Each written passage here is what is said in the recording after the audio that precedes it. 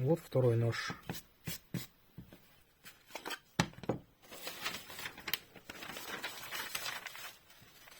Тоже вот. Взялся хорошо тут сразу.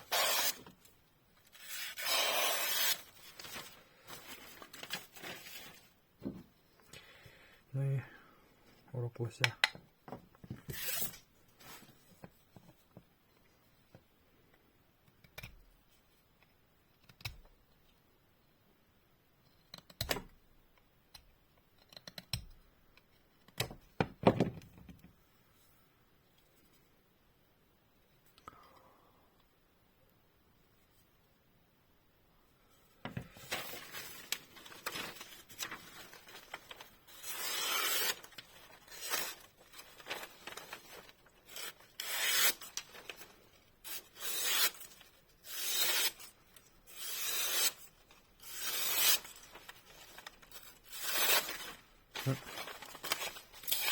Ладно, тут весь вечер можно играть.